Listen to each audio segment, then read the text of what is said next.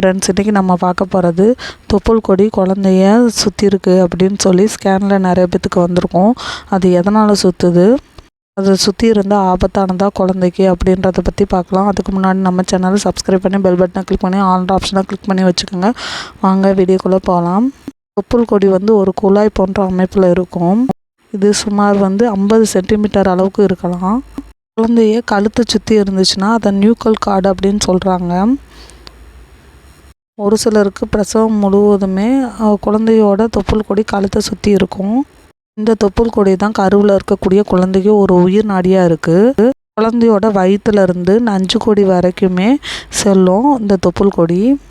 பொதுவாகவே இந்த தொப்புள் கொடியில் 3 ரத்த நாளங்கள் இருக்குது. இந்த தொப்புள் கொடி தான் கருவில் வளரக்கூடிய குழந்தைக்கு ஆக்சிஜனும் ரத்தமும் அது மாதிரி ஊட்டச்சத்துக்கள் எல்லாம் வழங்குது. கன்சீவ் ஆகி பிற்பகுதியில் தொப்புள் கொடியானது குழந்தையோட கழுத்தை சுற்றி கொள்வதை பார்க்கலாம். இது பிரசவத்தின் போல் சிக்கலை ஏற்படுத்தும். ஒரு சிலருக்கு குழந்தை இறந்து பிறக்கக்கூடும். ஆனால் கழுத்தை சுற்றி கொள்ளும் தொப்புள் கொடியானது எல்லாருக்குமே பொதுவாக நடக்கக்கூடியது தான். இது கர்ப்ப காலத்திலோ இல்லை பிரசவத்தின் போதோ சிக்கலை ஏற்படுத்த வாய்ப்பில்லை. அனைத்து பிரசவத்திலும் 20 முதல் 30% வரைக்கும் கழுத்தை சுற்றி தான் தொப்புள் கொடி இருக்குது. குழந்தையோட அசைவுகள் ஒழுங்காக இல்லாமல் மேலும் கீழுமாக இருந்துச்சுன்னா தொப்புள் கொடியை சுற்றிக்கிறதுக்கு முதன்மை காரணமாக இருக்குது. இது மிக நீளமான தொப்புள் கொடியாக இருக்கிறனாலையும் அதிகப்படியான பனிக்கூட நீர் இருக்கும்போது குழந்தையோட அசைவு அதிகமாக இருக்கும். இதனால் குழந்தைய கழுத்தை சுற்றி கொள்றதுக்கு அபாயத்தை ஏற்படுத்துது. இது அல்ட்ராசவுண்ட் ஸ்கேன் மூலம் பார்க்க முடியும்.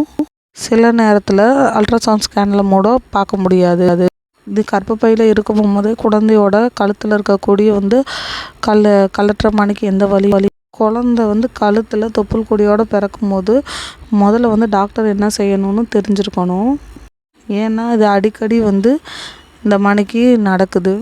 தொப்புள் கொடியானது கழுத்தை சுற்றியோ இல்லை உடலில் வேறு எது பாகத்தை சுற்றி கொண்டாலும் பிரசவ வலியும் போது சிக்கலை ஏற்படுத்துது. ரத்த ஓட்டமும் குறையுது. குழந்தைக்கு செல்லக்கூடிய பிரசவ வலிகள் குழந்தையோட இதய துடிப்பை குறைக்கலாம். பிரசவத்துக்கு முன்னாடியே ரத்த ஓட்டம் முற்றிலும் தடைபட்டுச்சுன்னா குழந்தை இறந்து பிறக்கும்.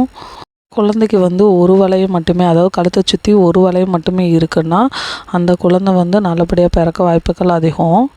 ஒன்றுக்கு மேற்பட்ட தொப்புள் கொடி சுற்றி இருக்கும்போது அது ஸ்கேன்லேயே கண்டுபிடிக்கிறாங்க நிறைய பேர். இது லாஸ்ட்டு 37 வாரங்கள் இந்த மணிக்கு பக்கத்தில் வரும்போது சிசேரியன் பண்ணி எடுத்துடுறாங்க குழந்தைய. இது குழந்தையோட அசைவுகளும் முக்கியமாக காரணம் இருக்குது. ஒரு தொப்புள் கொடி சுற்றி இருக்கிறதுனால எந்த பயமும் இல்லை. அதனால் யாரும் பயப்பட தேவையில்லை. அவ்வளோதான் ஃப்ரெண்ட்ஸ். இந்த வீடியோ உங்களுக்கு பிடிச்சிருந்தா லைக் பண்ணி ஷேர் பண்ணி சப்ஸ்கிரைப் பண்ணிடுங்க. Bye friends.